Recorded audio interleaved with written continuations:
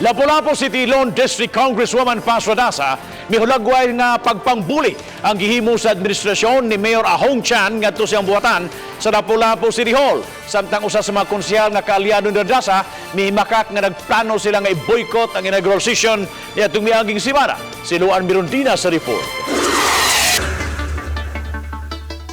Sa official statement nga gipagawas ni Lapu-Lapu City Lone District Congresswoman Paz Radaza, pinaagi sa iyang Chief of Staff nga si Attorney Yuri Biluan, gihulagway niini nga usa ka pagpangbuli ang gihimo sa administrasyon ni Mayor Ahong Chan.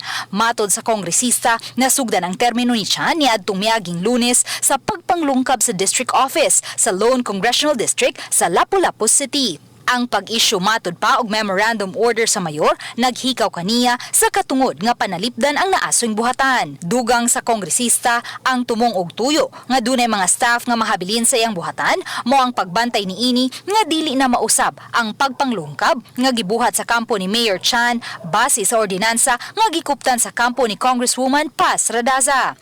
Temporaryong nipauli lamang ang mga staff panahon sa Sabado ug Domingo subay usab sa memorandum order nga gipagawas sa mayor. Ang yawi sa buhatan nagpabilin sa mga staff. Nasayran sa Balitang Bisdak nga karong adlaw subling mibalik sa nahisgutang buhatan ang mga kawani sa Kongresista. Samtang gitataw ni Konsehal Rico Amores nga way kamatuuran ang taho nga nagplano ang mga konsehal nga alyado ni Congresswoman Radaza nga i-boycott ang inaugural session tungod sa maong hitabo. When I come back from Manila on last Tuesday, we have a meeting with some of the councilors.